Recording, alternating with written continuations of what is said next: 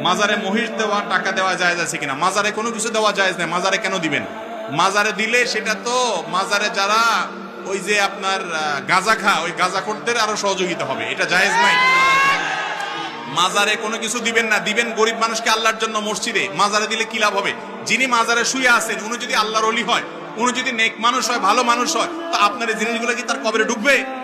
বাইরে যে বাটপার আছে এদের ভাগযোগ করে খাওয়ার ব্যবস্থা হবে, ঠিক না ভাই? ঠিক। মাজারে কোনো কিছু দিবেন না, মাজারে মানত করবেন না। মানত হবে আল্লাহর জন্য, আল্লাহ ছাড়া কারণ মানত করলে শিরিক হবে। একটু আগে বলছি কোন ইবাদত কবুল হবে না যদি শিরিক করেন। কথা কি বুঝাতে পারছেন? কোন প্রকার মাজারে কোন দান দক্ষিণা মান্নত করা যাবে না।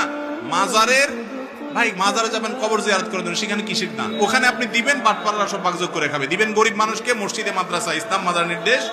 ভাই মাজারে যদি কোনো কিছু দেওয়ার নির্দেশ থাকতো তাহলে হাজী সাহেবরা পোলটা ভরে নিয়া রাসূল করিম সাল্লাল্লাহু আলাইহি সাল্লামের কবর দিয়ে আসতো।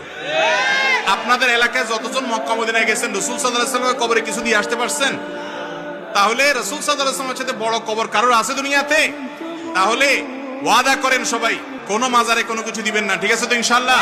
সবাই হাত তুলে ওয়াদা করেন। আল্লাহ আমাদের শিরিক মুক্ত সমাজ গড়ার তৌফিক দান করুন।